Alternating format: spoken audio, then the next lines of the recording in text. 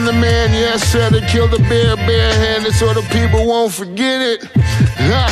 Getting money for I was legal to drink. I care what a broke nigga think. Just like the pack of Lewis. Look, everything I do so cold. I can do this, both eyes closed. Too sharp, I stay on my toes. About that guap boy, anything goes. Help the bear if we outside. Help the bear if we outside.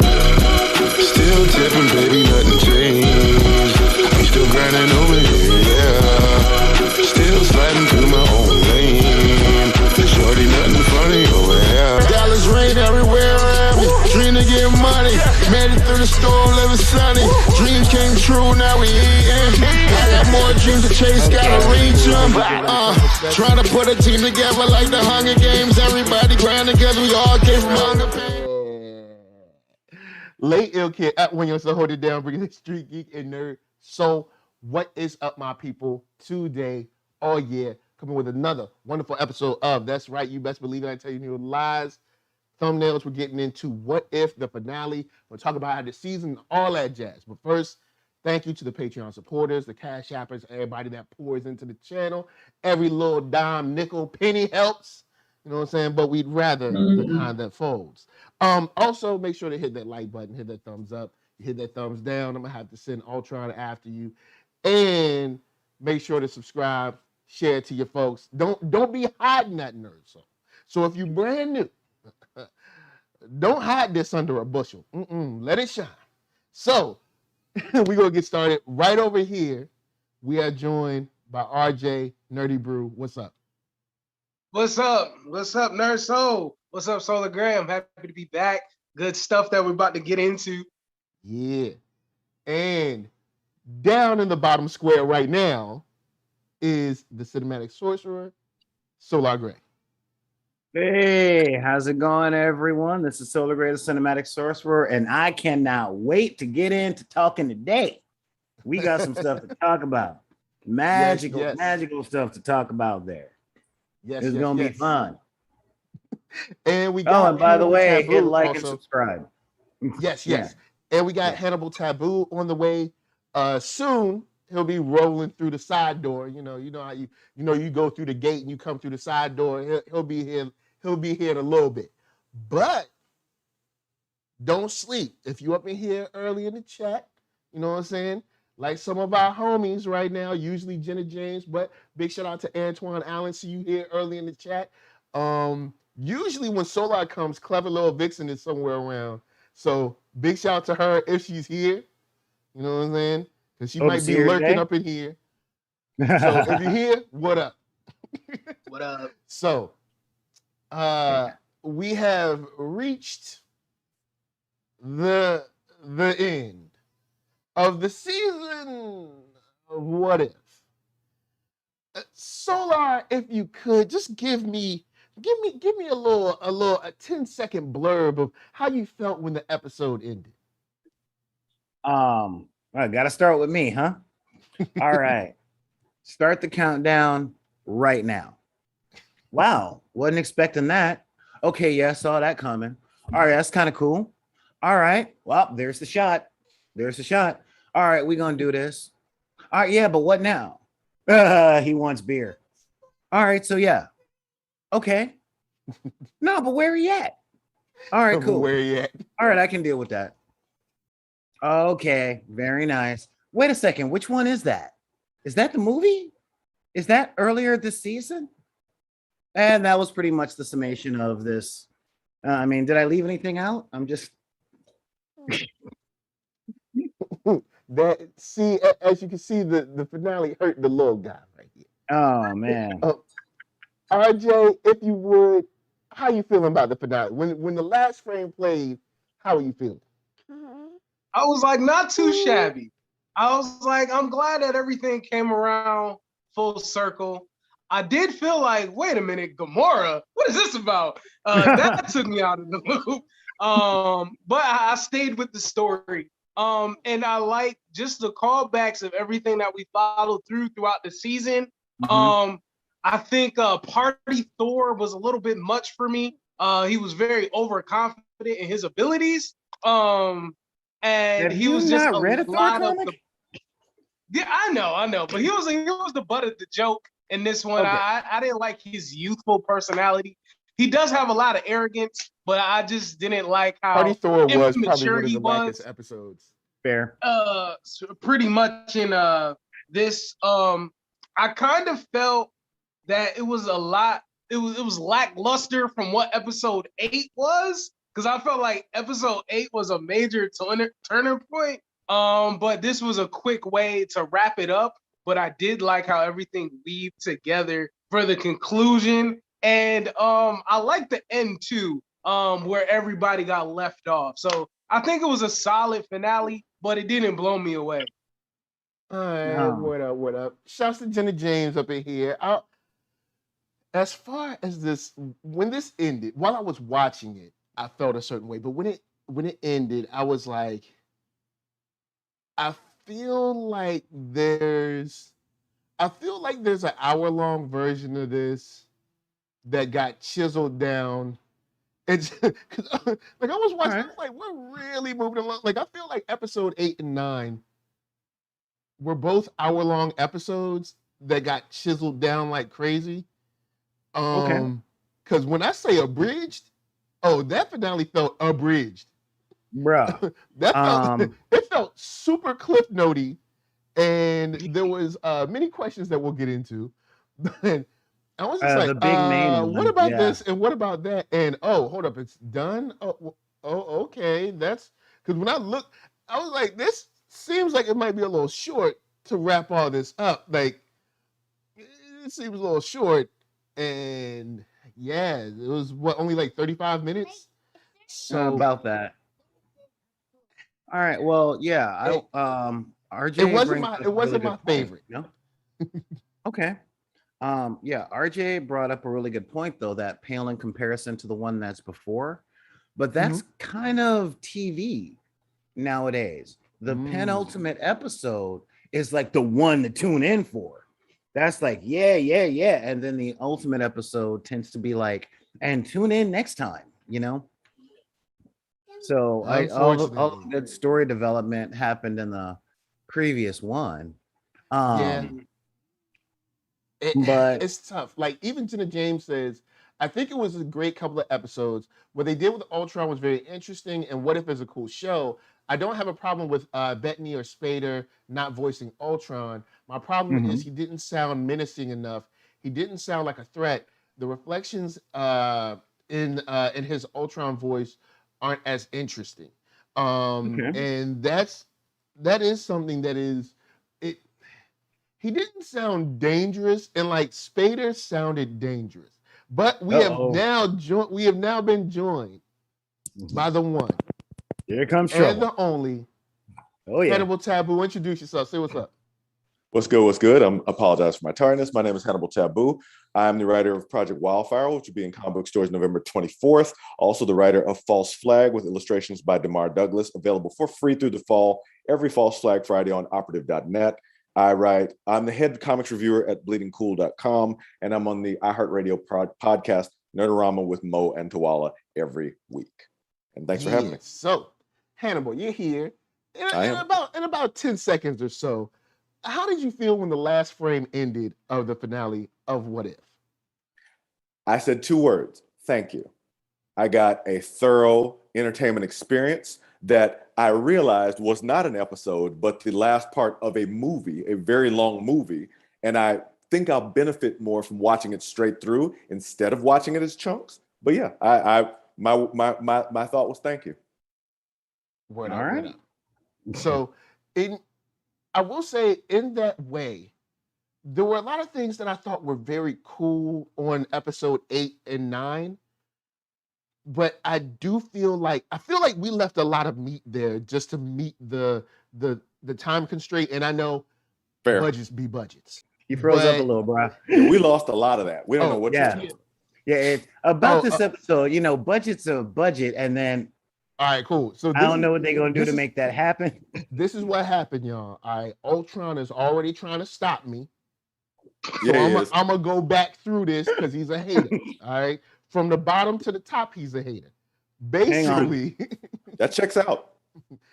Basically, all right, do it. Say it was super abridged to the point where I was like, we're going through breakneck speed, and we're skipping a lot of.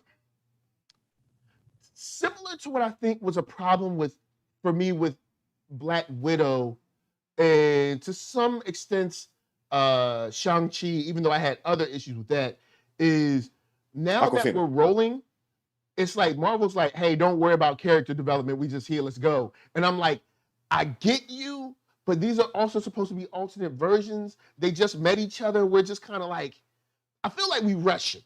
And I know budgets be budgets. But I felt like we flew through episode 8 and 9, and episode 8 and 9 could have probably used the extra. Well, 15 or so minutes. So look, I feel like we were like, pew! Oh, it's over. Hold up, what?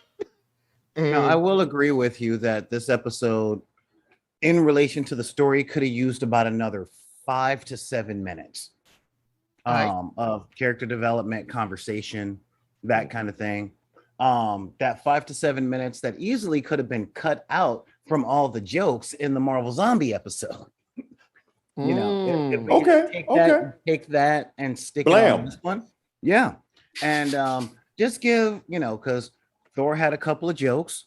But yeah, I think the budget was spent really well with the animation. This finale was the best animation of the whole show.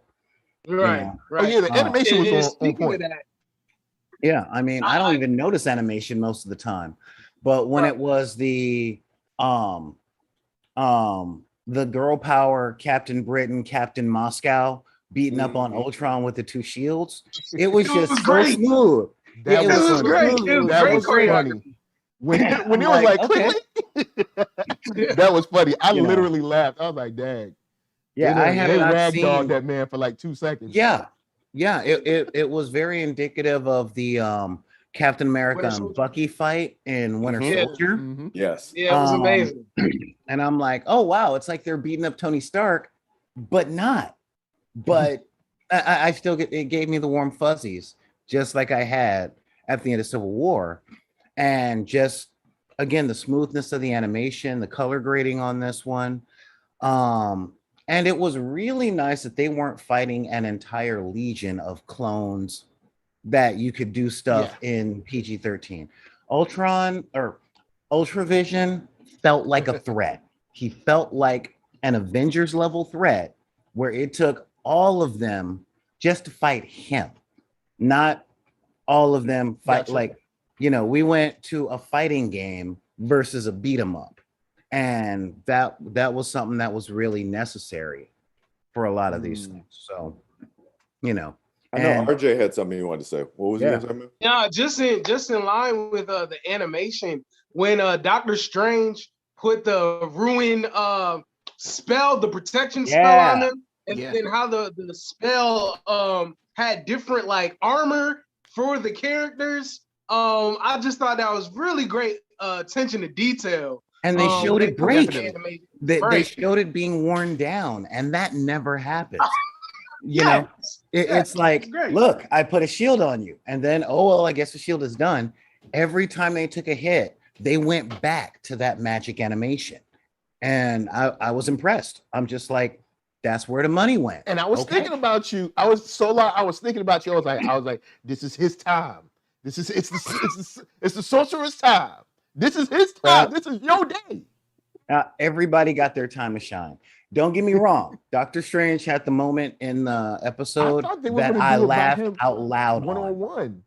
Huh? I thought it would be a one-on-one thing because I was like, yo, he got all the demons inside of him, even though Ultron has fought, a whole bunch of kind of like terrestrial things. Mm-hmm. Maybe the supernatural is a nice counterbalance for that. Maybe this could be an interesting showdown between supernatural, which, regardless of how intellectual you are, is still tough to understand, and the more kind of like power stones and the spirit stone. I mean, the soul stone and all that. he was definitely the MVP of the multiverse game. Well, I'm not gonna lie. He had the moment in the episode that made me laugh the hardest, and that was a lot considering the Thor jokes. Party Thor. And then Chala doing what he do. Legend. Yeah, I mean, that was like, all right, yeah, I'm with that. But when Doctor Strange dropped zombie Marvels or Marvel zombies on Ultron, I literally had that moment where I emoted out loud. And my girlfriend was like, what's so funny? I'm like, he dropped a universe on him and it was zombie. And I'm like, yeah, that was smart. Was the whole thing. Smart. Oh, it was hilarious.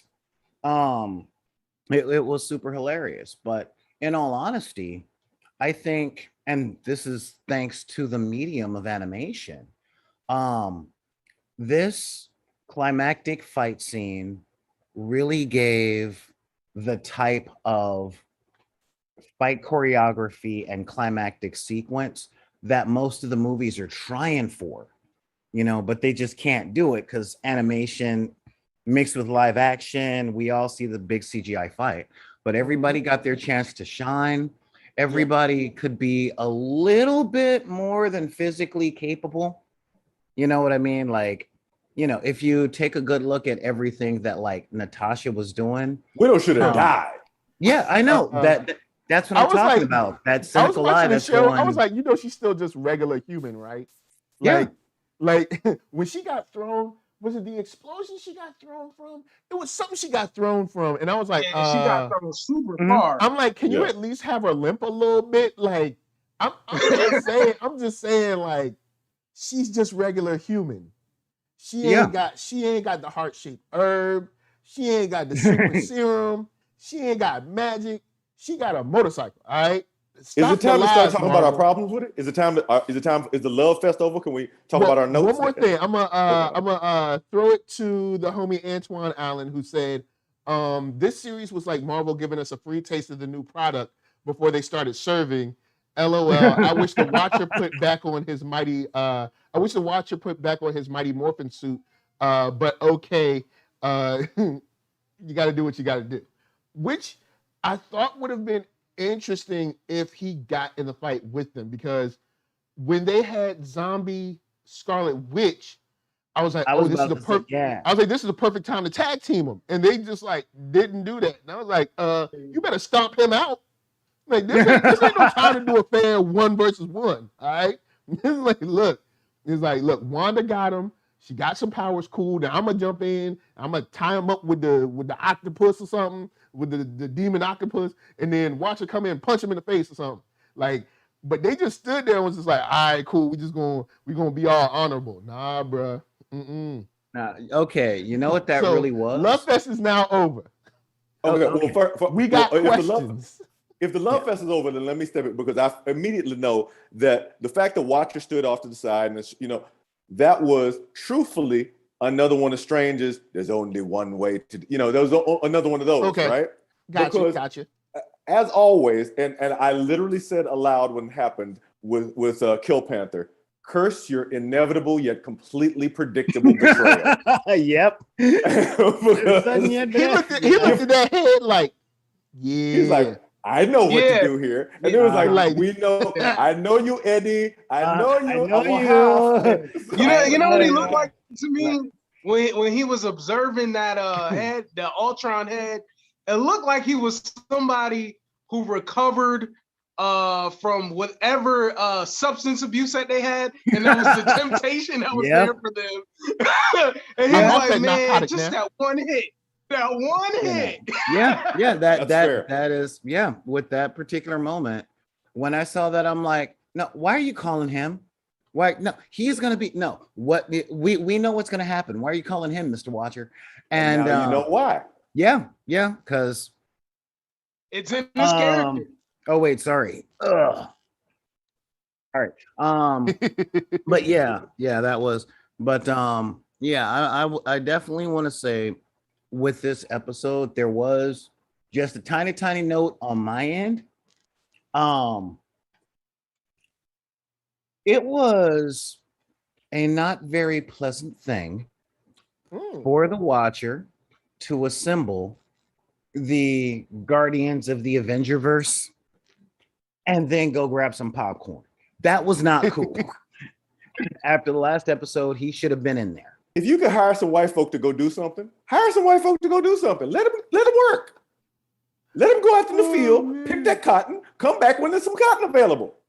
What's wrong? Like, now, that's fine as long as I'm not picking Uncle Ruckus as well. There's okay, so I'm watching the episode, and the thing that gets me is I'm like, they're not really working together as a team, and they're not really effective. Like, you're not really giving them anything to do. Like, you're bringing them together, but they really don't have a lot to do. Like, T'Challa stole the stone, but Killmonger was really there so he could turn over at the end.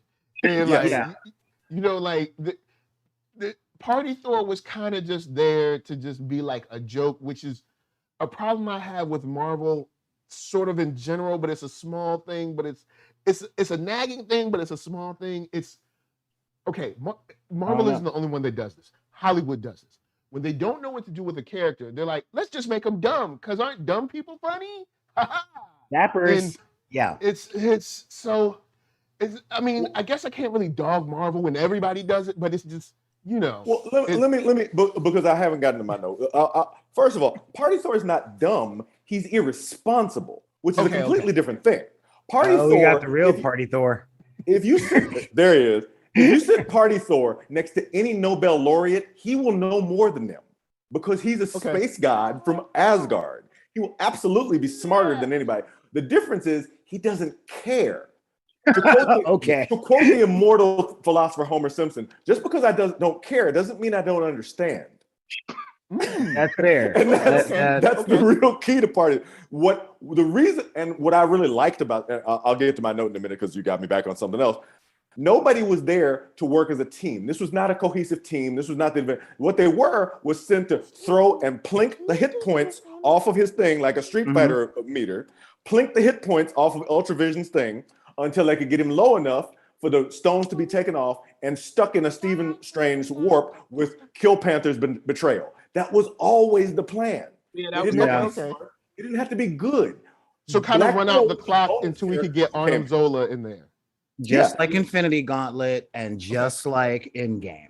Yeah. All right. I mean, that, So my beef was that Gamora comes in with a gem crusher, right? And the gem crusher don't work on gems that's not her from her universe. But Ultron got gems that work in every universe. That work all the time, everywhere. You can. That was choose my one question. and give me the other, but don't give me both. The logic on there has been really iffy. That's what I'm gonna say. It's iffy because you have the machine. No, even with Doctor Strange's time stone, he was able to use it in the same period. The same with Ultron, and it's like, wait, didn't we just say that they don't work in the same universe? Like, what's going on? Yeah, it's one of the big logical plot holes that they just skipped over. It was like, just keep going with the episode. I was like, I was mad about that, and then I realized this show is what if the cinematic universe didn't have a lot in common with the comic universe? So I'm like, okay, that's. But really no, that's not a. They said in this specific thing, they said at one point Ultron stones work anywhere, but they said Gamora's thing, which is to crush the stones from her universe, doesn't work on stones not from her universe. But in this show, they said stones won't work together. But as RJ pointed out, brilliant, that the time stone from Strange and the time stone from Ultravision work fine. So I'm like. My problem is internal consistency. I'm not asking you to be consistent with 25,000 years of comic books. I'm asking you to be consistent with the 9 episodes that you don't put right here. Yes. That's the problem that a lot of people have when it comes to shows and stuff. It's like, look, I don't mind what rules you make up, but follow those rules. Don't have me living by these rules for 3 seasons. There's certain shows that we know when we talk 3-4 seasons, we've been following these rules. And in season 5 or something, all of a sudden it's like curveball, and you're like, whoa. But you told me, in this world, vampires could only do this. Or you told me in this world that, space could only do this. Or you told me in this world that werewolves could only do this, or whatever it is. And they just like, well, we needed it to do the plot, so we just gonna do it like that. Nope. Yeah. No, I mean that's 100%. That is a really big thing. They were very inconsistent just within those last 2 episodes. Those last 2 episodes, that one, what is the term? That one serialized story. Their internal rules just kind of went, and they gave no explanation. And people got a right to be mad about that. I'm definitely with that.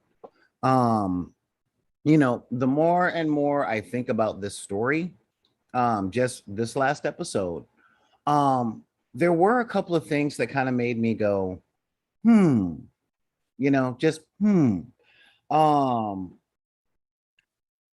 with the whole big plan and the one thing and all that jazz. I'm sitting up going, all right, well, if we're pulling people consistently, we're pulling all the main characters from the shows that we ran, what happened? And then I found out there was a plot hole, or one big plot hole that came up with scheduling.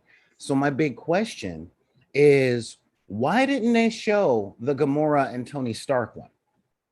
Because I'm sitting up and it's like, Gamora, you have been chosen. I'm like, wait, what's she wearing? What's she hold? Wait, Gamora, killer of Thanos? Yeah, I was like, can we get that episode, please? Yeah. I backed out and I'm like, holler at your dog. Holler at your dog. Yeah. And the craziest thing about her showing up, there wasn't even hints laid out throughout the season of Gamora's gonna show up from this world at some point. And there was an alive Tony Stark too. All the other Tony Starks in each universe has been dead. So with that showing up, it's like, what? this is a major interruption in the story that you're trying to tell. Yeah. So That it's would like, have been what's off going theme. on here? Because if there was one theme in this show, we killing Tony Stark, and we killing him but good. Yeah. So And the one thing that I did like is when the Watcher did go get Gamora and he seen Tony Stark and he just deaded him. He was like, not you. No, you're not gonna. No, Not you. I'm here for her. Nah. Sorry, man. You cost too much. Nah, Amazing. we've been down that road. We've been down Not you, that Stark. road. I want to get a with shirt to tons say of that. Not money, you, Stark. back end deals.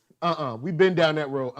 Yeah. So you stay your butt at home. All right. Matter of Gamora, fact, come on. technically, Tony, I'm cleaning up your mess anyway. True. Come on, Gamora. Come on, Gamora. You need the money. You just finally apologized for doubling down for years for blackface. Come on. You Come on now. You need the money. Yeah. So you come on. So yeah, All right. yeah. I do have a was good. question. I do have a question for you guys because I was thinking about this with Lady Lisa. If you go to another universe, right? And you meet your brother or sister or cousin or whatever, are they your sister? Are they your cousin? You know what I'm saying? Because I mean, it's like they are, but they're not. You know what I'm saying? Okay, Like, I have here's a the policy. question. I have a policy. T'Challa Don't make was out like with cousin, them. Don't he was make like, out "I ain't with your them. cousin." The genetics are too close. Don't make out with them. But Right. from a technical standpoint, yes. From a technical standpoint, Kill Panther was right. I'm not your cousin technically. Yeah. But like I said, let's not fiddle with the genetics. Let's not take it to Arkansas. No, see that's the whole thing. That is too long of a conversation because if it's an alternative universe, the first thing you have to learn are the laws of physics and the laws of chemistry there. Okay. Hannibal brings up the point the genetics are too close. Well, in an infinite multiverse, are they? Don't find out. Don't find out. Yeah. So I'm just sitting up. I'm like, okay, when I entertain concepts like this, because I have to for my love of science fiction.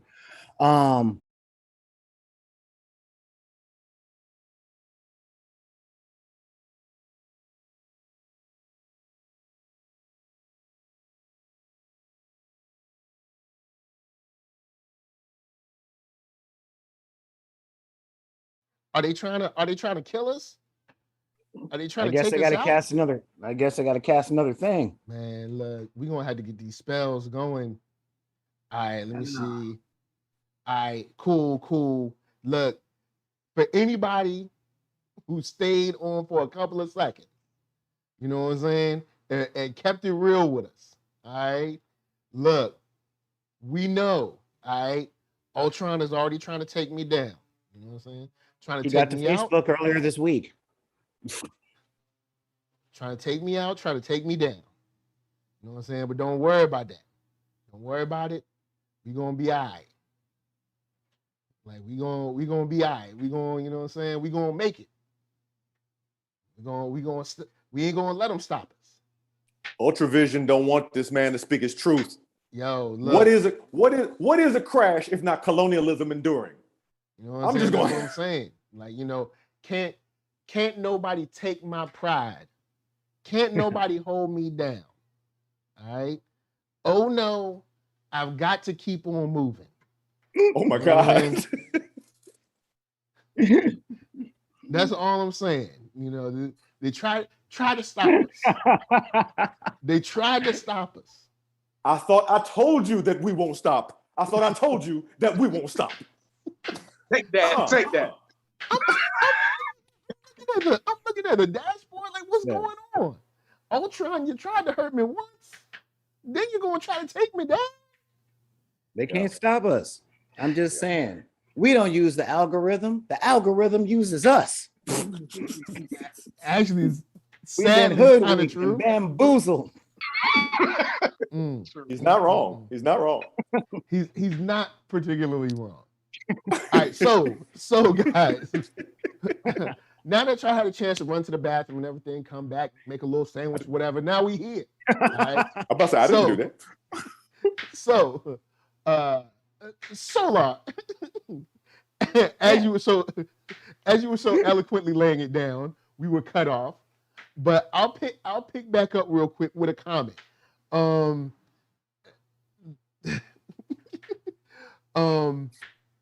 Earlier on, to get back in the MCU, earlier on, I think Eon 001 mentioned Agatha Harkness being, rumored to have a spin-off show. Before we get back into the meat, before we get back into the meat of what if, would you be down for a show about Agatha? As long as she's not married to a dude that don't want her to use her powers, I'm in. I don't want to meet her I don't want to meet her mama. I don't want to see their marriage dynamic. Yeah, the thing that I could see about this show is her time in Salem, and how she was an outcast, and then all her time throughout the different time periods till she gets to New Jersey. I could see that being a show, but I don't know how much interesting it would really be.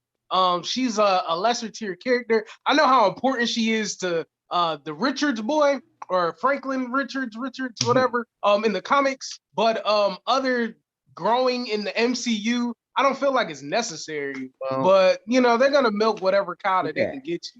In all fairness, in all serious fairness, Iron Man was a second tier character in 2006. True. Marvel has made this entire universe, and what is it? I think it's crushed DC into powder with popularity in the 21st century with their second tier characters. Yeah. If you got the Guardians of the Galaxy making you want to swipe the director for the Suicide Squad, you beefing. You beefing, fam. Bruh, we just had multi-billion dollars off of a fourth tier exploitation comic from the 70s. Nobody knows who Shang-Chi was. They tried to do Shang-Chi, and then they're like, wait, we'll make it a white guy with a glowing hand. Yeah, that's it. And he was second tier at best. And I'm talking in the comic books, all right? In the comics. And it was like deep cut Marvel fans, like the ones who got people mine and Hannibal's age in the comics that knew who Shang-Chi was, and now he's a household name.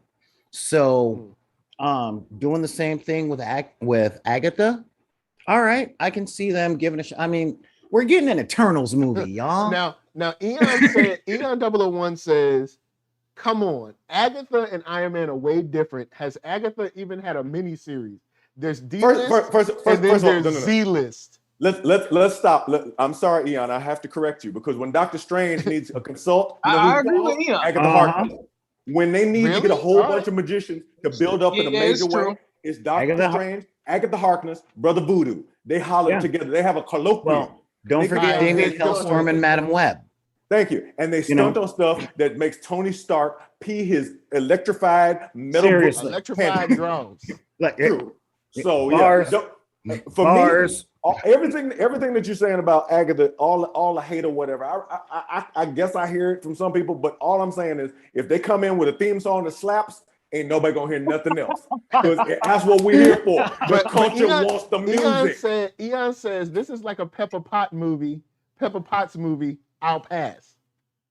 Nah, son. See, wait till you say you don't want a Pepper Potts movie. Wait till the remix hits, son. Wait till the remix hits. That's all I got to say. Yeah, no, it's all about who's writing it. And as far as not wanting a Pepper Potts movie, that's like saying you don't want a Lucius Fox movie. And I will pay for that. I will pay for that. The person who runs the company. Are we going to put Pepper Potts and Lucius Fox in the same bag? Lucius runs Wayne Tech. Pepper runs Stark Tech. But Lucius makes Wayne Tech. Pepper don't make nothing. Yeah, no. I don't know. I might edge Lucius up a little bit. Hey, look, I'm saying they got the same Lucius job that comes with the same stories. Well, here's the reason why Lucius is more of a boss. Lucius got a black wife. So he got actual life going on. He has kept that marriage going. So Lucius is doing a lot more than any Pepper Potts doing. All right. It sounds to me like you're saying that Pepper Potts needs a black wife. And then she'll be good. Who doesn't? Now, who doesn't really? All right, fair. Before we jump back into what if, I will say every time I think about Brother Voodoo, man, I really wish I had the chance to do. First, cut the brother part. The movie will just be called Voodoo, and trust me, I got this. I've been watching supernatural stuff, the battle between good and evil, all my whole life. I got this, Marvel. Holla at me. All right. Let me write this. I would I've been Voodoo watching ghouls, ghosts, monsters my whole life. I got this, man. I got this. Let me have Voodoo. I got this. I will let you do this on one condition. I need you to do one thing for me, Mike. If you're going to do it as a TV show, I need you to have an episode, or if you're going to do it as a movie series, I need you to do one sequel that's called Drumline with 2 M's. That's all I need from you. Now, look, if you're going to do this, my request is do not have brother or voodoo in the title.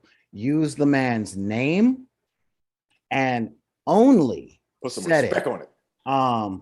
Only set it in the Caribbean and South America. Okay, keep him off the continental United States. All right, maybe we can get Telemundo or something to fund it. Maybe Brazilian TV or something like that. But Telemundo don't have anybody that's dark that doesn't pass the paper bag test. So I'm saying then so go to Brazilian they, TV. I'm just saying, let's keep it real, Univision. Look, let's keep it I'm real. just saying, I've always had a problem with Brother Voodoo, because whenever white people write black people that do magic, it's got to be voodoo. It's not Voodoo, it's not Candomblé, it's not Angola, it's not any of the actual traditions. You know, it's not even Santa freaking Rhea. It's always I ain't got no crystal ball. Oh, stop. I lived in Long Beach. I got it. All right. I totally got it. But seriously, so I'm not saying I don't want a supernatural show starring a black antagonist. I happen to be writing one myself. But real talk, you know, walk away from the voodoo or walk away from Brother Voodoo, because it's like the same thing with Marvel and DC and most independent comic companies that are not Shadow Man's another opportunity. Yeah, Shadow Man, cool, but not as cool, but you know, but still better than Voodoo, Shadow, and Black in the title name. Shadow Man has a shirt. You know, that's just what I'm saying. Because I do want to see more black superheroes. We're out there. I worship at the altar of Dwayne McDuffie, but I'm tired of black this, black that, black this. You know, black. Can it just be title? And I'm tired of brothers with electricity, because that seems to be the only powers we get. Oh, static shot. Is it time to break out the Black Hero origin algorithm approved by McDuffie himself? Is it my time to shine? Hey, you know what? I'm just saying, I'm tired of the super strength and invulnerability package and the electricity package with black heroes. Not the electricity package though. Bro, between Black Lightning and Black Vulcan and Static Shock, and Luke both Cage, in Image Comics. And, you know, so I'm just kind of going, you know what? Can we have a different power set? You know, that's why I clung on to Miles when he first came out. I clung on to Riri. Don't get me wrong. My favorite black comic. Even Miles still has the Venom strike though. The little electric. They slid it in there. If I may, many years ago, I sat down and codified what was called the Black Hero Origin algorithm for major companies. Mm-hmm. I sat down with Vince Moore and did this. I presented it to Dwayne McDuffie. Dwayne McDuffie was angry with me because it was so accurate. He said, "This is right. If you don't count Milestone, before Milestone, this is so scarily accurate." And it goes a little something like this. There are 4 basic things that you're going to find. Either they were raised in poverty, they've been in the Olympics, they have a criminal background, or they were inspired by white heroes. These are the common threads that you'll find on most of those characters. There are certain things, what I call the Tony Isabella corollary, which is electrical powers, the X-Men exception, because I want to be like Charles Xavier's child soldier, or the John Stewart impurity, greater weaknesses of character, which cause you to screw up in ways that your white counterparts that you follow in the way don't do. This is something I came up with years ago. If you Google Black Hero Origin algorithm, you'll find it. I put it down. Dwayne approved it himself. Yeah, and it was so much of a problem that Dwayne himself noted. He's like, people started trying to change stuff because of this. You're not gonna see a new hero come out to Olympics like Amazing Man or like somebody else. Partially because people's like, why is this the same thing over and over and over? Yeah, exactly. Because it was a limited experience. Limited experience limits your ability to execute. Yeah, and that's exactly it. When you said all the characteristics, when you said all those characteristics, I just thought of John Henry Irons immediately. Yeah, that's his whole thing. Virgil, yeah. Now don't get me wrong. The worst offender of all on the algorithm is Triathlon or the 3D Man, because not only is he's got so many things going wrong with him. He was in the Olympics. He was inspired by white heroes, and he had the Jon Stewart impurity. He had so many, and he had the nerve to have a red, yellow, and green costume, but had nothing to do with the Caribbean. Yeah, thank you. So many things wrong. Now, don't get me wrong. My absolute number one all-time favorite Black Main Street comic character is somebody I think is really getting slept on way too much, and that is Moon Girl. I need Moon Girl all over the place. Okay? Even though the reason we have a Moon Girl, she's a derivative of Moon Boy. Yeah, but again, not a derivative, an iteration. Well, for the purposes of paying people, it's legally considered a derivative because it's Moon Girl and Devil Dinosaur, which is a derivative of Moon Boy and Devil Dinosaur, which means you don't have to pay the new people. Yeah, I get that. I'm just saying the character itself, I need more of her. I really need more of her. Reed Richards, intelligence, 11-year-old Black girl with Afro puffs. My daughter needed that. Your daughters need that. Yeah. I'm serious. So that's just what I'm saying. But with that said, because I know Jenna James was like, hold up, I got lost where we at. This is the same stream. We just took a break to address some Eon 001 said, but now we're back on Marvel What If. I'll set it Hannibal like had to steal a gem from his computer. There's a meme that's been going around. Gem and the Misfits and the holograms too. Yeah. I had to open a portal and drop zombies on mine, and somebody, I think RJ threw a hammer at his, and I had to duplicate that. There was a lot to it. I found it though. I found the hammer. For one of them, I made like 100. So, there's a meme that's going around that has all of the, the multiversal Guardians together, and it says like the multiversal Guardians at 100%, and then it shows just Doctor Strange, and it says the multiversal Guardians at 99%. So once again, my biggest problem is that I felt like it was rushed, but I understand budgets. Then I also feel like we're missing an episode. We were. Yeah. And I feel like the extra people had nothing to do, but you do make a point early in the show when we say like they just had to run out the clock. They had to run out down the hit clock, points.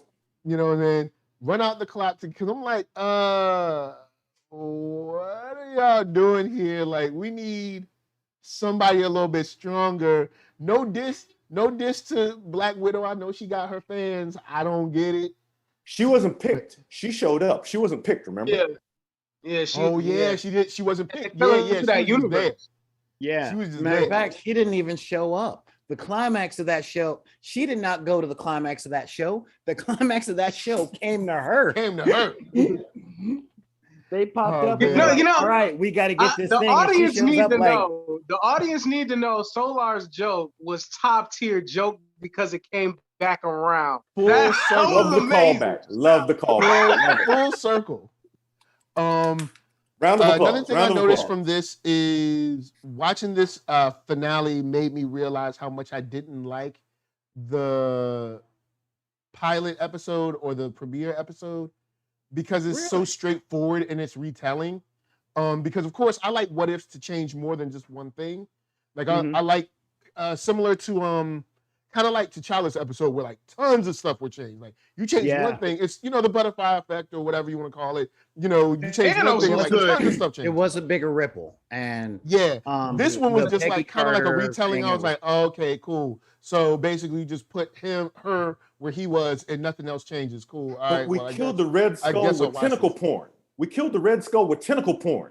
You can't do that on the Marvel movie. Come on now. Unless you kill Red Skull the way that dude in Lovecraft Country was killed, then he won't kill with tentacle form. Now that was killed. Okay. But you know what I do like? Look, man, what I do like of the threads that that tentacle says swing was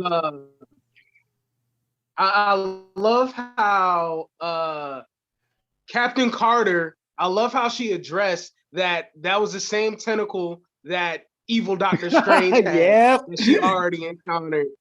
Yeah, I've seen that before.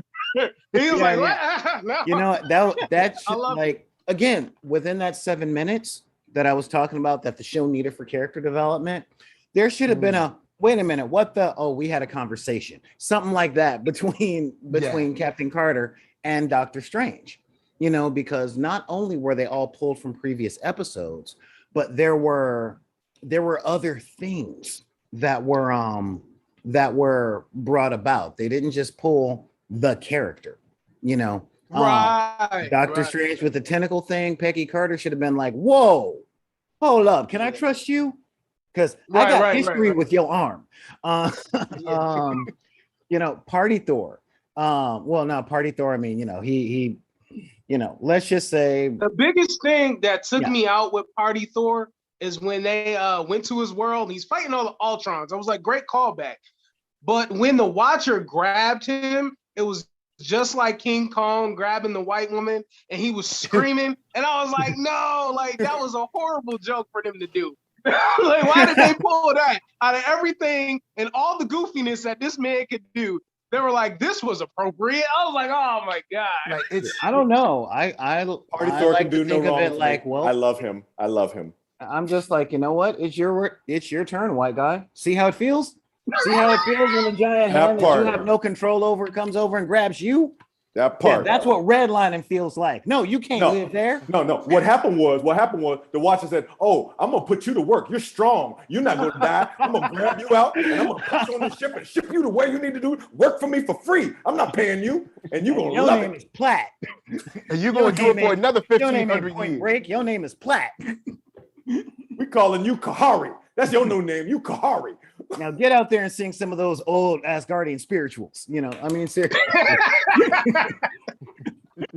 Yes. Oh man, D Neil. I already see D Neil. D Neil from Black Nerd Fridays wants to roll through.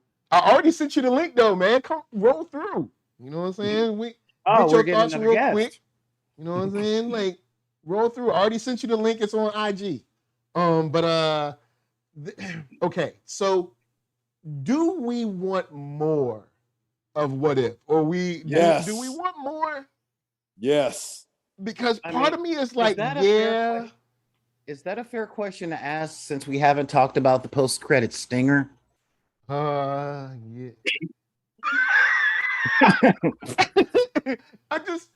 Everything about the Captain Carter thing let me down because I really wanted more stuff to change. That's why I like the episodes where more stuff changes than just like insert one thing. Because I feel like what ifs are an opportunity to change like the vast surrounding of everything. Now I know, you know, what if comics are kind of like up, down, you never know. But I feel like in these iterations, since these are adaptions, this is a brand new thing. Like you can do more than just be like, oh, this is just one part. It was kind of like the most kind of like, oh, okay, I know what's going to happen here. Well, let me ask you this. You know what's crazy? Go ahead, RJ. Yeah, you know what's crazy about that post-credit scene? So we could assume, they didn't say, but we could assume that it's probably Steve. But it's like, what kind of Steve is in there? Is it the Steve from her time period that she knows and she loves? Or is that a Hydra Winter Soldier armor stomper Steve that's in there that would open up to her Winter Soldier storyline? Because it started out that way, and then when we got that post-credit scene, it's like, okay, does she get her happy ending in her final dance, or is this about to turn into something else? And I'm with you to the end of the line kind of situation. Well, real talk. So that's what kind of leaves that open. Well, here's what I would ask something of Michael, because Mike asked a question here, and looking at it that way, is what you're asking your expectation, or is it the business need that Marvel and Disney have? Because the business needs that Marvel and Disney have is, ooh, we figured a way to make Peggy into a whole bunch of new shirts and stuff that we can sell to little girls. Yay, you're a new Disney princess. Congratulations. Or is it your desire to see the things go much farther and much farther that might be outside of Feige's overall phase 4 timeline? We have to remember, this is a Lego piece. We are locking this you're right. Because everything, that's the thing. Honestly, all this has to fit in what, but since it's what if, you can get a little bit wilder. But I can see that they. But do you have to though? When you go to work, no. Do you do more than you have to, or do you do just enough to get by and get that money? Well, it all depends on how much money. I mean, I know what I want to see. Yeah, I know what I want to see. Okay, what I want to see is them open up the Hydra Stomper, which is inspired by but legally definitive from the Iron Man suit. And I want to see a Steve Rogers who physically looks like Cyborg. I just want to see a torso, a couple of lambs, and all of it wired directly through. You want Steve Rogers not to have genitals? I understand. Huh? Okay. Essentially, yeah. I'm just saying, like, okay, you fell in love with the man he was. Now he's mostly machine. Okay, Captain Carter, let's do some real character searching and character growth and show people that really having a romantic connection is something more than physical because they took away his pecs. But you know, that's where I'm going. But I don't work for Marvel because Disney don't like my ideas. I'm not gonna mainly because I don't have an agent, but I don't work for them on all that stuff, and I tend to ride the line between DC and Lovecraft. So whatever they're gonna do, first they have to decide where there will be more money. Is there more money in the family market for What If, or more money in the mom and dad market that they're getting paid for? That they're getting paid for the Mandalorian from. So, you know, they will always side on the side of the larger dividends. This is Disney. They've done the same thing for 70 years. All right, so D Neil, if you're here, are you here on the audio? Man, I'm gonna get on the video in a second, man. My bad. I just got the kid from swim class, but I just had to chime in. All right, so Mr. Neil, can we be on too? This conversation. All right, drop some knowledge on this conversation is great, man. Man, I just gotta tell you, when I watched that What If last night, I was like, I don't know what happened. I mean, I saw a lot of the What If comics, so I understand it's not going to be exactly what a lot of people anticipated, but to the points that everybody was making, Black Widow was like the star of the show, and then it was Doctor Strange who sucked up all the entities, and he was like, I'm going to save everybody. I mean, it was beyond bad to me, just being a fan, because it was like, I was like, where is this going? Like, what? Like you all said, it literally was last minute. It was a last minute. We're just going to tie this together. We're not going to, and then you talk about, you got Steve Rogers in the suit. I'm like, where does he come from? Where does the suit come into play with that? Like, I'm not getting it. And then even before that, with the Thor What If, Vision shows up there, and I'm like, okay, are they going to continue that since they're doing him jumping into different universes because of the Infinity Stones? And let's not talk about how the Infinity Stones were literally trash in this whole What If. I mean, Thanos shows up to Vision with five of the 6 Infinity Stones, and then Vision just cuts him in half, and then he takes the gauntlet. Like, oh man, that's all I gotta say right now. It was pretty bad, man. It was pretty bad, and I was just like, Black Widow and Hawkeye alive. I mean, out of everybody.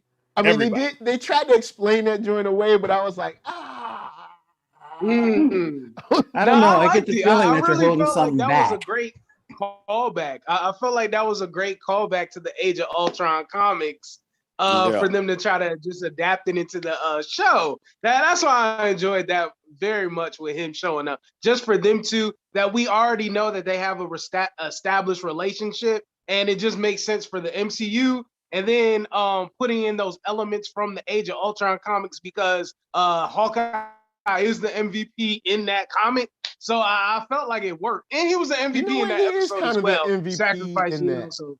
And moreover, here's where the real fun comes in. What we say, Wolverine is kind of the MVP in that. He was, but he we're not wasn't ready in for the, Wolverine he yet. wasn't. Oh, He's yeah, not we're in the ready for MCU Wolverine yet. Yeah, we're not. But we're gonna appreciate Party Thor is that after we have depressed Thor go into space, deal with the Guardians of the Galaxy, have some great tragic end, you can kill that guy and then slip in Party Thor, and nobody will know the difference. It'll work perfectly with the story, and it's still Chris Hemsworth. He's still under contract. He's happy to do the work. Well, no, it's literally the way business is done. The now Thor that we have is way different than the Party Thor. Exactly. So you can have that Thor have amazing development, change him, and kill him with a poignant, beautiful scene, and then have Party Thor walk out like, "What's happening, fools? Let's do this." But see, I can't say that you can do. It is possible that yes, it can be done. There is a possibility there. But since they already did it with Loki, they got to find another trick. I mean, everything you described was the entire Loki show on Marvel. It was, okay, we finally killed him dead by Thanos. Look, I'm gonna hide a knife and crack, crunch, spoilers, but y'all tune into this for just this type of stuff. And then they're like, no, we can't let Tom Hiddleston go. We want that 14 to 17-year-old girl demographic money. We'll give him a show that brings him back from a different alternative dimension, and we'll make him fall in love with himself, but himself will be a pastiche of every single one of the 17-year-old girls that we were trying to get. So you can't do the exact same thing with Thor. you challenge accepted. Huh?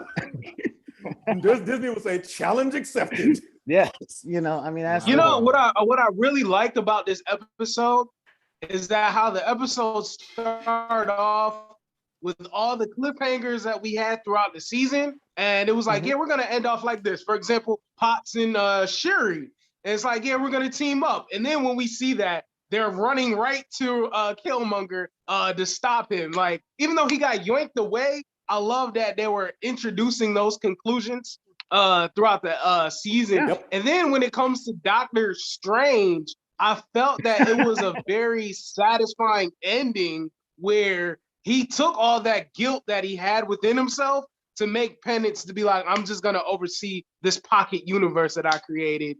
To keep everything still flowing how it's supposed to, because he destroyed his own universe. He destroyed his own universe. So I just felt like that made sense in concluding the rest of the show. Am I the only here that's realizing that the Doctor Strange story arc ended with him becoming a Watcher? Like, am I the only one that's noticing this? That's what I wanted to end with. I see you, Eddie. But with a watcher of a watcher of just his pocket, his pocket dimension, though, right? Like, or now. Yeah, that's true. But we don't know how many more are going to be made in the next Doctor Strange movie. Man, you're right. We don't know what's going to happen with all those branches that came out from the one who remains after leaving Mississippi and Lovecraft country. So can we also talk about with this Doctor Strange Spider-Man setup that's about to happen? Like, I was about to watch Black Widow last night too before What If, and I said no, like, I'm not about to do this. Like, I'm just not gonna do it. I'm not gonna do it because Marvel, even with when they killed Thanos and Endgame and everything, I was like, oh, you guys are getting lazy. Like, you literally are getting to the point to what Hannibal was mentioning. It's like, we about to just collect these checks. And we're gonna collect these checks as fast and furious as possible. And they're doing it with Star Wars Vision, which had a couple of good ones, but my expectation was just something, because I was like, where are you going? Well, I'll say you're this, absolutely right. My biggest issues with Black Widow and Shang-Chi is that, I was on a high after Infinity War and Endgame. So I'm like, I want to keep going up. And I feel like with both of those movies, Marvel has reverted to phase one tropes that I thought we were already past. And I was like, we passed phase one. We ain't doing that no more, Marvel. Remember, we passed that. Like, we going up. And Marvel was like, nah. And I was like, Well, but we let that go. Like we can do new things. Why do you think they would let that go? Why, if you already have a money maker, an ATM, why would you try to build a different type of ATM? You already got a machine that makes money. Yeah, and real talk, like of course they're going back to phase 1 tropes, because phase 1, all of those tropes are tropes that not only worked for Marvel, but they have worked for storytelling for thousands of years. Yep. Just because we know them now, like I was reading a Cracked article about 10 years ago, and they were talking about how the Teenage Mutant Ninja Turtles were based on the Greek story concept of the 4 humors. So it's like, you know, I said on my show a couple of days ago, nothing new under the sun is in a book that's 2,000 years old. We can't move on for anything else, you know? Of course, they're going back to the phase 1 formula. They're introducing new characters, and they're like, we did this whole 10-year thing. If we just move forward with the Eternals, with Shang-Chi, with hell, even the TV shows, we're using the same tropes. But if we move forward with everything else we're doing, shout out to Mahershala Ali, better do Marv Wolfman proud. And shout out to Marvel, better pay Marv Wolfman. You know, with if they'll give him $5,000. Yeah. Now if we do all that stuff, if we stray from that formula, we're gonna be like, I don't know these characters, and why we just continuing where we left off with Infinity War. Hey Solar, yes. you know who strayed from that formula? A cop out. I feel like that's a cop out. Mike, you don't have let me help you out here. You can put spins on things so that you feel familiar, but you're going a different route. Mike, let me help you out. You know who decided to stray from that formula? DC. Yeah. You want to go watch some DC movies? You want to go do that? Yeah. There's actually some DC movies that I enjoy. There's 2 DC movies that don't suck. Everything else is terrible. I'll go say 3. It's 3. I'll go 3. I give them 3. What 3? Huh? Man of Steel. I like that. Nope. The first Wonder Woman. I like that. And First surprisingly, I enjoyed Aquaman. Aquaman and Shazam are the only good movies. Shazam has the illest diss. When that dude says, "Oh, you want to show me out? You want to show me out?" And when he threw him out the window, that was the illest diss. He said, "Oh, you want to throw me out?" Oh no, Dad, you want to throw me out, Dad? But Love it. No, I mean, I will say Wonder Woman, Shazam, Aquaman, the Suicide Squad, not the Academy Award winning Suicide Squad, but the Suicide Squad. I will tag in the Suicide Squad. You're right, S3. I'm sorry, but I can only give credit to the first. I can only give credit to the first 2/3 of Wonder Woman. The last third of that movie is a mess. Well, the last third of Wonder Woman was DC trying to use Marvel's movie formula. Yeah, but not knowing how. Yeah, DC. Marvel don't exactly know how. I will know how to I recommend to the audience, I recommend to this panel, Superman on Lois from the CW. Bro, it's an amazing show. Yes. It is everything that we want from Superman that we did not get from Henry Cavill Superman. His relationship with the kids, honestly, and his personification of the character. He's it's an amazing Superman show. In it's filmed cinematically. I definitely recommend it. That show seems like everything that the CW has been practicing to get to. This is coming from somebody. I messed with the Flash. I was all down with the Flash for the first 3 seasons. I was down with Arrow for a season and a half, you know, and not gonna lie, Stargirl is kind of a guilty pleasure. Stargirl is great too. You know, I wouldn't go that far. But Beth Chapel. You know, but yeah, seriously speaking, you know, I get what you're saying with all that, but I need to see a second, you know, to get back to the question. Am I ready to see more? Yes, because if they keep up with this serialized thing, I want to know what's going on with Iron Man Rogers. We need to know what's going on in Wakanda because facts, what we know, what we seriously know, Kill Panther came by. He killed T'Challa. He took over everything. Shuri dimed him out. Hooked up with the candle selling goop lady. They were doing the assault on the throne room with the Dora Milaje, and then he got pulled away from the Watcher, and now he's in a pocket universe. So I what guess does that everything's look like in okay then. Wakanda? Power vacuum. Yeah, Yeah. there's a major power vacuum. So is M'Baku going to take over? Are they Right. bringing in I was another cousin? about to say that. You know, Yup. I'm just saying. Love M'Baku, man. They left that wide open, and I'm like, if there is a season 2, and for those of you guys new to NERDSoul's channel that after you hit like, subscribe, and hit the bell. No, I'm not saying this because I'm black. I'm saying this because that was a big hole. We got a major power vacuum in a world power that, all right, we're about to go take out the king. And some dude with a 9 head opens up a portal, takes him away. And it's like, what happens now? We have watched from the mountain. Actually, We have watched as your technological terror have been. Exactly. They don't even see him get taken away. away. They just come in the room and it's just empty. They're like, Yeah, it's empty. all right. Yeah. Well, I guess we And won. with you saying that, Solar, it makes me now want to have a season 2. From the initial question, I was like, nah, I don't really need it. But if you got something that big of a opening hole, it's like, how do we fill that brings? And it's like, just something to explore. And then another thing, if we do have a season 2, what is a cataclysmic event to disrupt the entire multiverse for them to come? Because this Ultron, that was a big deal. It's already been foreshadowed. We have literally a billion Kang variants. Scarlet Centurion, Ramatut. We have literally a billion Kang variants, all voiced by Jonathan Majors. Give it to me, give it to me, give it to me. And if I may, they wouldn't do a season 2 until next year. And over the course of the next year with the Marvel phase, they are making announcements and opening doors to the 2 franchises that people been going, what's going on? Where are they at? Those 2 franchises being the Fantastic Four and the X-Men. Right. Okay. What cataclysmic events coming? They already foreshadowed it with one shot of Ultravision with some weird ear things looking over an entire galaxy, and it just happens to be floating in his mouth. Second, we're about to get the X-Men. They've been trickling mutants in.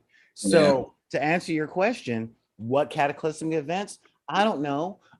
What apocalyptic events there might be that might be coming down that would make the Marvel universe have to rise from the ashes? Phoenix, Who's to say? Oh man, please don't do another Phoenix.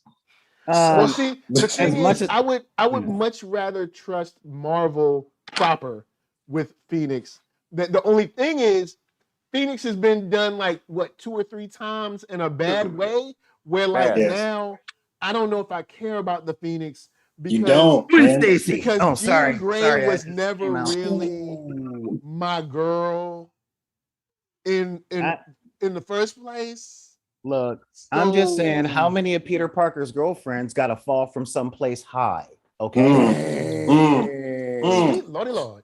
3 He movies. take it there. I like it. You cut me deep, Shrek. Cut me deep. Oh man. So the reason why overall, like, don't get me wrong, I enjoyed the animation and I had fun watching a good amount of the episodes, but I thought that since this is What If, this would be like the opportunity to be like, okay, we got to stick with the formula with our TV shows and with our movies because we've already set this up, but like, what if it's where we can go wild? And Exactly. and we didn't go wild. I mean, we kind of stepped around, but then I was like, oh, okay, Look. cool. I get it. I see it, and I'm not mad at it, but I kind of like, it's kind of like, I liked it, but you know, I was really expecting something else. Like, In all honesty, like what it's if like you told your mom you wanted Nikes, right? And then she went and got you like the best pair of Stride Rights that they Don't had. put those in your mouth. It's like you these mean are still Nike shoes. case? Yeah. These are still shoes. There's an African proverb that says expectations breed disappointment. Mm. The expectations that you have are yours. Marvel is not beholden to them. You don't True, own true. anything. You have That's a no fact. opinion.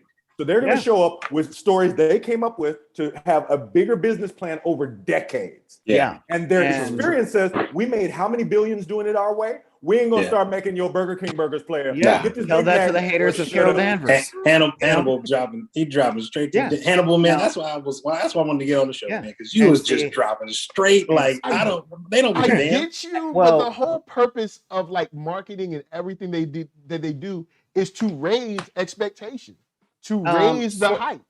No, it's to the raise whole sales. purpose. Marketing is to raise I will sales. say, I will say you're half right on that.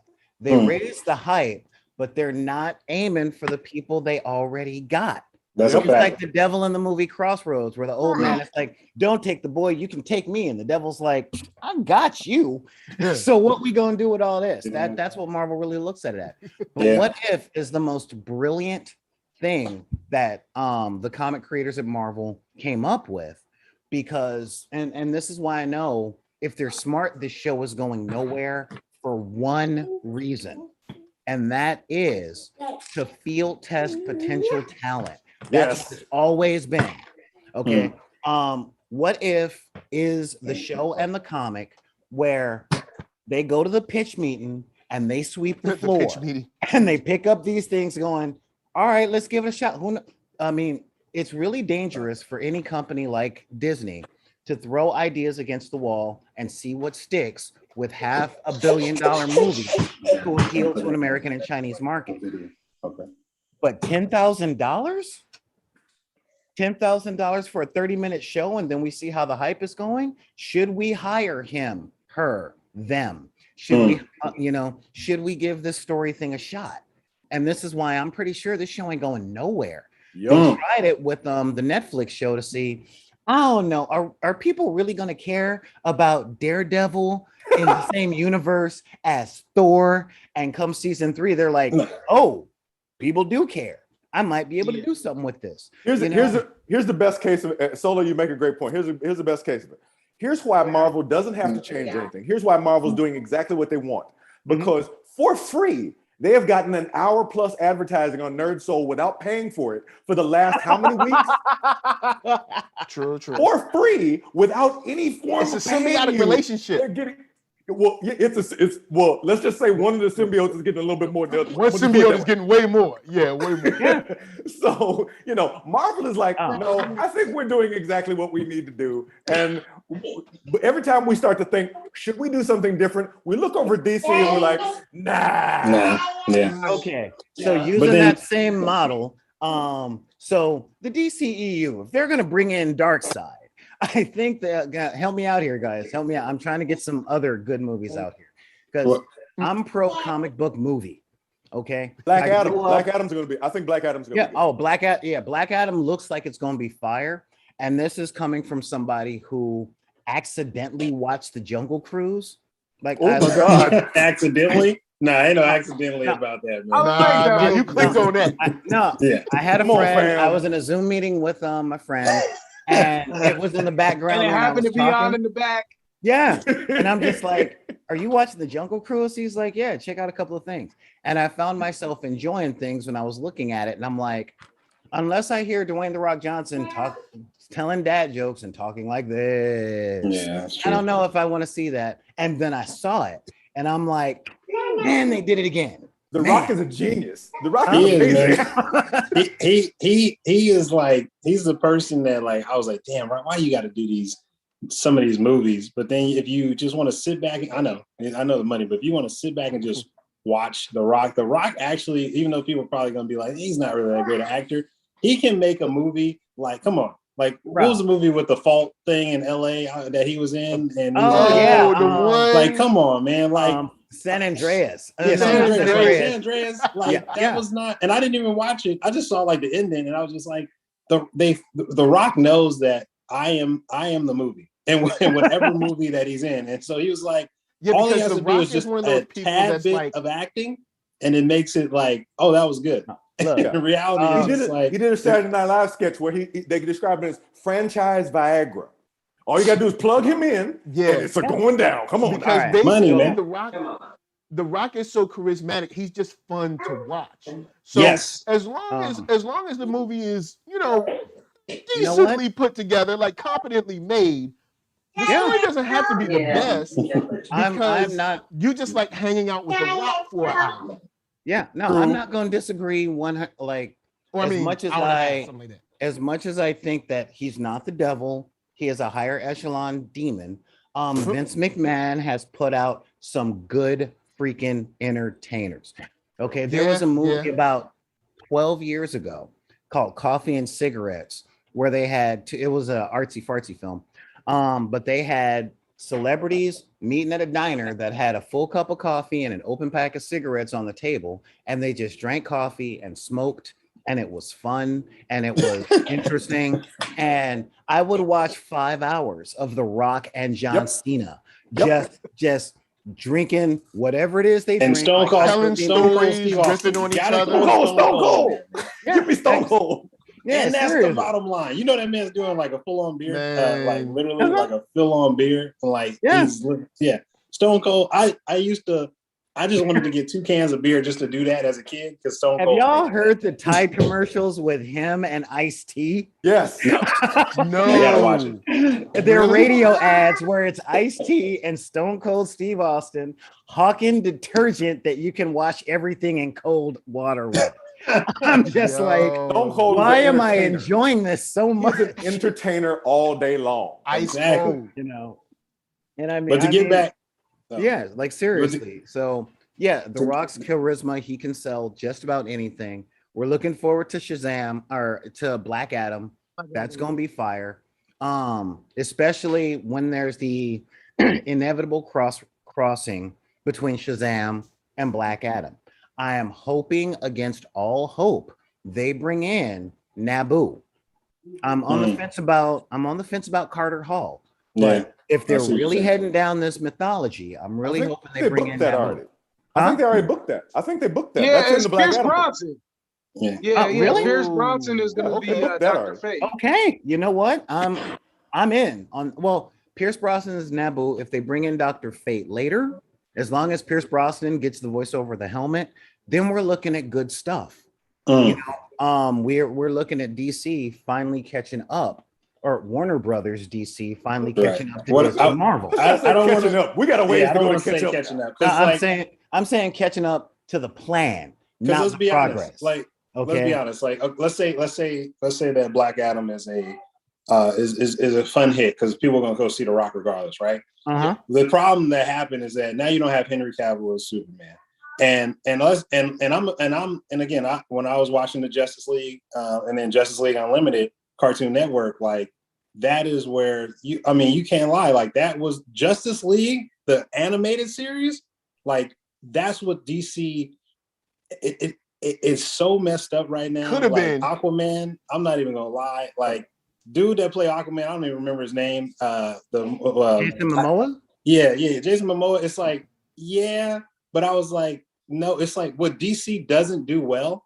And what I'm fearful of is that, not fearful, but what I see and have very low expectations of anyway, so that's why I'm being negative, is that they're gonna try to make it, they're gonna have too much fun like they did with Shazam, which I know is a kid turned into a grown man with powers. I got it. But they're not going to deal with the kind of like adult aspect, and it's not going to balance well. And then they're going to try to accumulate they're going to try to make the Justice League like really, and it's going to be trash.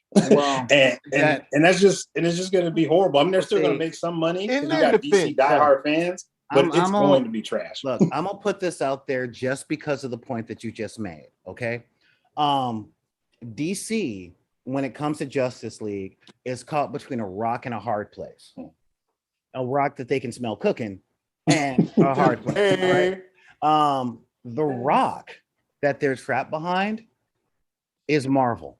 Okay.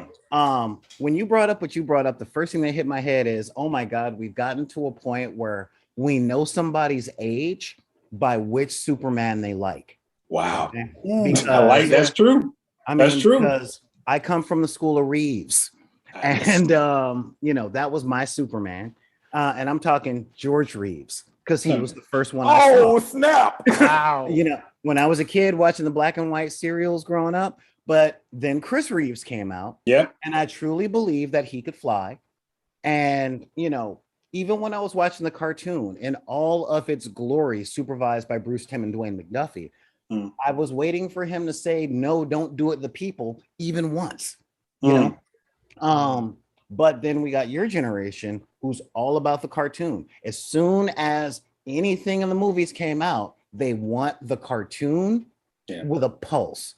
And that's the hard place. That's the hard place that they're up against. Thing is, no matter what DC does for us versus our kids, it's always going to be compared to the cartoon. It's like Michael Jackson fans.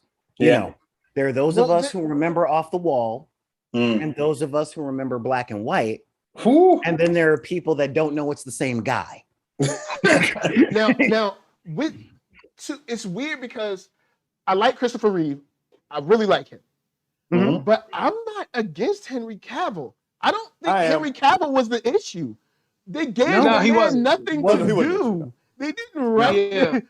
Like the man had to. He's a great Superman and directing the film. Movie. Like, RJ actually hit on the point. I think Marvel is such an issue for DC. If DC they've already built a great universe with the straight to film movies they've made. Yes. So that it's not that they don't know how to make movies or how to write things. It's like they get in their own way or something. I don't know what they. Well, Mike. Here's Warner Brothers the thing. Doesn't make award-winning films and great stuff.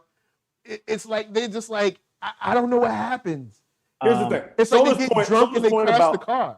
No, Solar's point about Caught in the Rock is not about they don't know how to tell a story. The question is at what levels of the company. You acting like Warner Brothers is one company when it's not. True, right. People in animation are not even allowed in the same building with the people. Yeah, we're talking about subsidiaries of one another. And the building that they're allowed in isn't even in the same city. Yeah. It's like 5 miles away.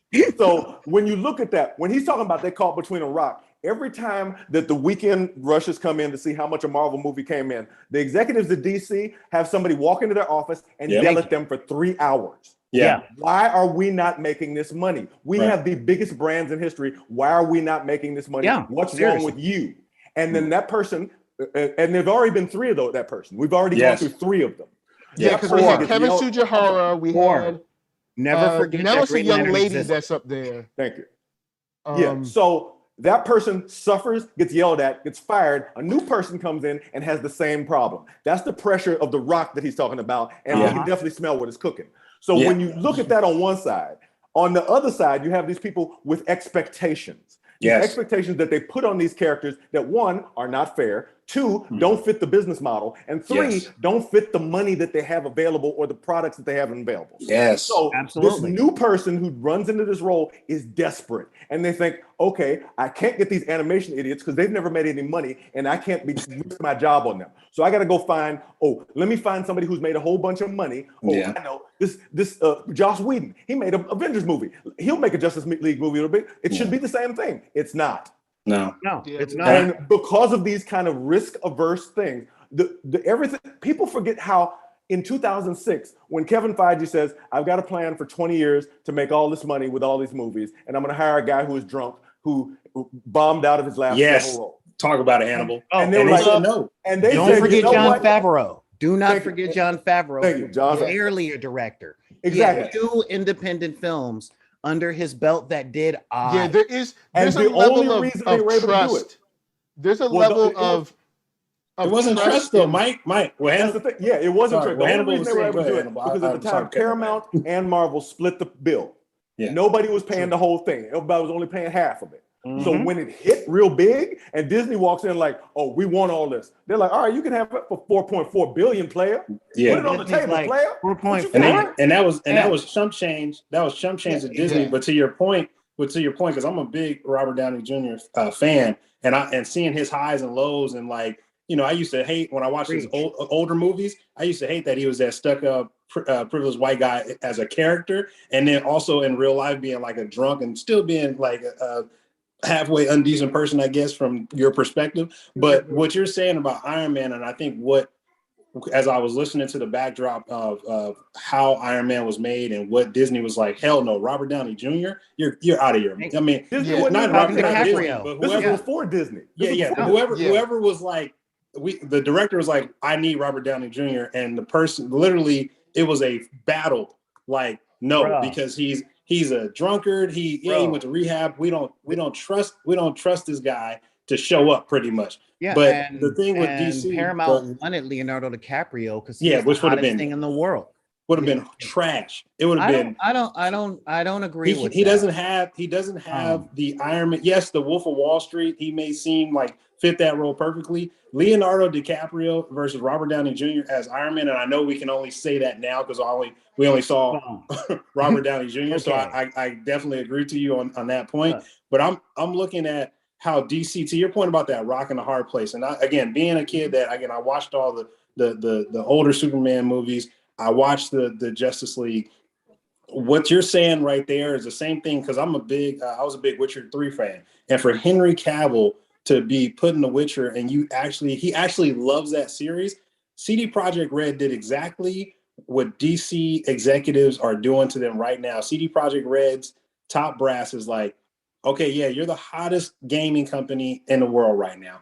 Now, you're going to do the Cyberpunk 2077, but instead of it taking 10 years, which it probably should have, it took you 7 years. You need to put this product out now. Not only was it beyond trash, the executives didn't even care to the point about them fixing it to where they came out with The Witcher 3, the mobile game, and the CD Projekt Red, Cyberpunk 2077 mobile game that both grossed $1 billion. So it's back to that point of what you're saying about money and not taking risk. And I think that's the thing with DC. The last DC movie, honestly, that I love so much is the Batman, where you had who's the guy who who overdosed that played the Joker? Heath Ledger. Dark Knight. Heath Ledger. That Batman. It wasn't even Batman that why I like that movie. It was Heath Ledger. He played the Joker. He played the Joker in the way that DC want to try to come back to. DC wants to come back to that quote unquote golden age of like the superhero wins, not too much violence. It's kind of like that tug of war. But when you see that Joker, and I watched that movie over and over again, the one scene that I enjoyed the most of that is when the Joker's eyes you could see the police siren in his eyes. And I was like, this dude, he made me believe that he is just a psychopath. And like DC has that, it's just so, I don't want to put like your point that you said, and then I'll stop talking, like that expectation that I have because I watched Justice League, the cartoon, the animated series, Justice League Unlimited. The voice acting was great. The storyline were great. It wasn't just that Superman comes in and kicks everybody's ass and like he's the hero. It's like, no, Superman has to deal with Batman not trusting him. Darkseid are going to push him to the level of, if you don't kill me, I'm just going to kill other. I'm like, come on, like that's that whole series where Darkseid kills people, kill the cop, and all that stuff like that. He's like pushing Superman to this level where he's just questioning, am I doing right? It was beautiful, man. And I just think DC is just not going to do that. Like they're not going to do that. The big reason that they could do that was all those people that Hannibal was talking about yelling at people. That's a fact. Stayed in that building. They didn't go to the animation department. So Bruce Timm, Dwayne McDuffie, Paul Dini, and Andrea Romano, who never gets enough props. They had more carte blanche to do what they wanted. And because animation doesn't cost a lot. So they're like, do whatever you want. But here's the thing. After the travesty that was 72% of everything DC put out before Shazam. Okay. That whole first phase that they did, their pre-Justice League thing, it taught them to look at the executives and say, we did it your way, so I'm going to need you to get a little bit off my back with that way. And from there, we got the Suicide Squad. We got The Rock coming in as Black Adam. We might even be getting a Jon Stewart Green Lantern. Maybe, possibly. That'll be tough. I'll believe when I see it. Yeah, but the fact of the matter is, there was a whole lot of turbulence at DC or at Warner based on those executives yelling and screaming, and then they had the whole thing with Ray Fisher. So there's been that opens up the door to Whedon, and I'm glad that Snyder's back. But before you say the next thing, I want to bring up a point though, because I see something and I have to address it, and that is, it's okay to have expectations, but it is a 21st century, and I hate to sound like an old man yelling at clouds, but a millennial and younger problem of setting the best that they've ever seen as the base for what comes next. Yeah, I got you. It's cool to have expectations, okay? Expectations are great. They give us standards. But when you set your standards to the last one won an Oscar, this should win 3, you're never going to be happy. Yeah, and the justice and the whole DC animated universe had things that these movies do not have. They did the Marvel model. I was watching BTAS from episode 1 all the way back in 1992. I was rushing home from school going, I want to see this Batman thing. But it took me half a season to do it, because when it first came on, I'm like, what is this? Why is everybody so square? What's up with his chest? Blah, blah, blah, blah, blah. And then the part of me that grew up watching Doctor Who went, maybe I should pay attention to the writing.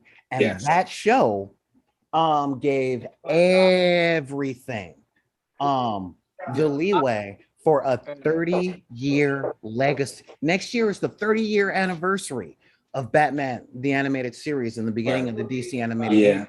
So to expect the movie universe to do in 3 years what it took 12 years.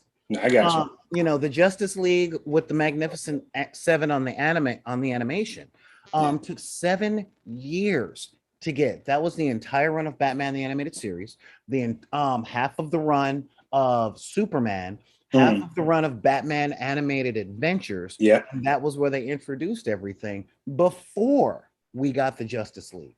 So expect the Superman in the movie, which honestly has to be different from the animated show, because if it's live action, but it's just like the animated show, I got you. People that are paying out the money is going to go, well, I already got this on DVD. Why am I paying $16 to come see it? So, but that's what hurt the DC. That's what hurt DC, of them trying to diverge to be so different. That's what I'm trying to say. There's already an anchor for the character Superman. There's already character traits for Superman, and they knew the success of the Dark Knight, that they were like, you know what, we'll just apply it to Superman. Those are two different characters that you can't apply there to. In Warner Brothers' defense, they hired the only director that would take the job. Yeah. Okay. That Snyder was the only director that said yes, and he was like, I'm a deconstructionist. Are you sure you want me? But every other director wanted to make the directors that were contracted under DC, they didn't want a universe. They wanted to Nolanize every individual character. I got you. And that was because of the Dark Knight. The whole Nolan franchise was based on the idea that there's no other superheroes on this planet, period. And Christian Bale said, if there is a Robin in the shot, I mean the bird, if I see in the script and a Robin flies by, I quit. Okay, so they were just talking straight up Batman and his rogues gallery, and that was it on that whole planet. No mention of Keystone, no mention of Fawcett, nothing, no Metropolis, no expanded DC universe was ever to come from the Nolan films. And as soon as Dark Knight did what it did, every other director's like, if you gave me a Superman, I want to Dark Knight it. And they're like, we're trying to catch up with Marvel. We need a universe. Well, then I ain't interested. So they got Snyder, and they got what they got because they didn't have much to choose from.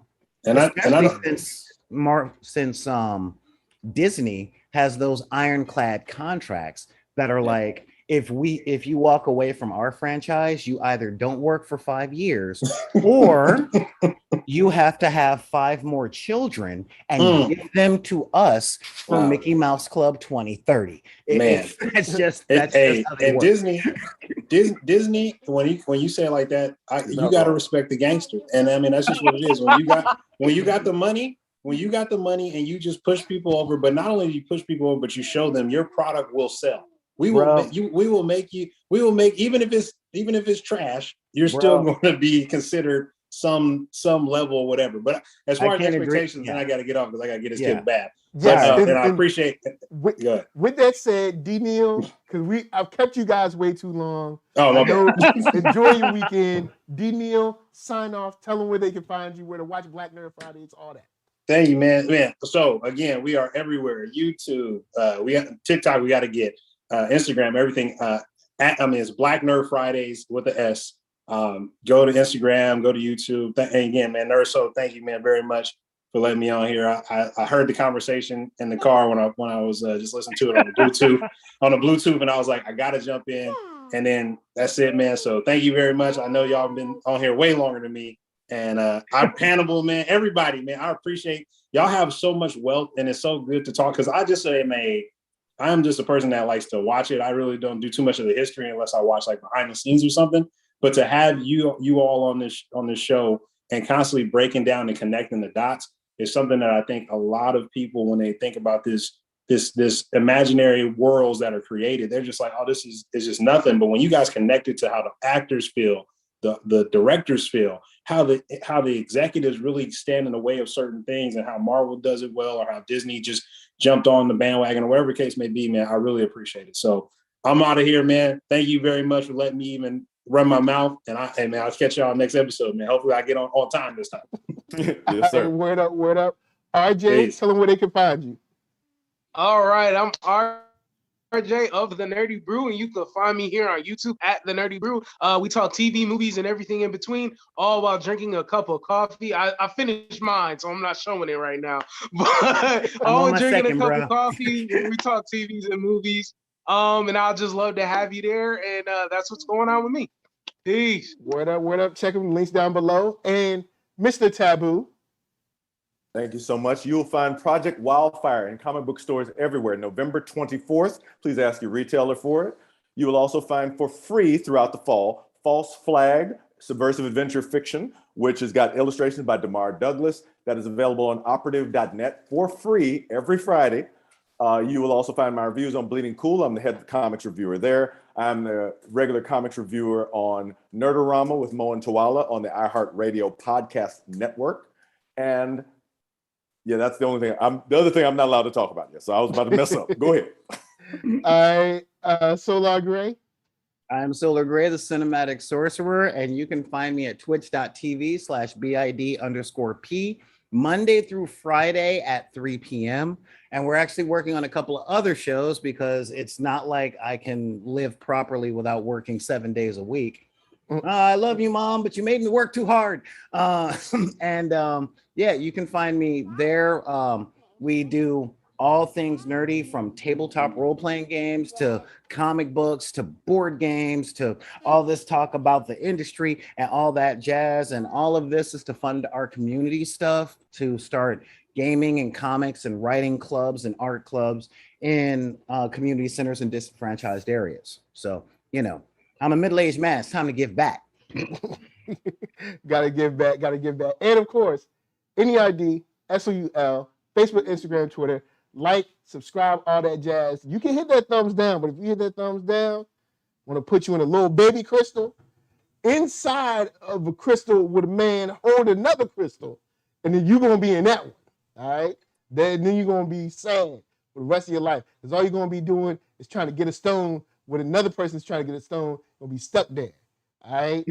Still mad that they did it to my boy Killmonger, but I mean, hey, it happens. So he did it to himself. And that's what really for hurts. Listening. Spotify for that music. We're gonna leave y'all with PL Parker Lewis and some Architron from us to you. Peace. We out. Oh, and we're talking Titans in a little bit later too. So yeah, we're talking Titans in like 30 minutes or so. But anyway, say peace. There you go. We out, y'all. We out.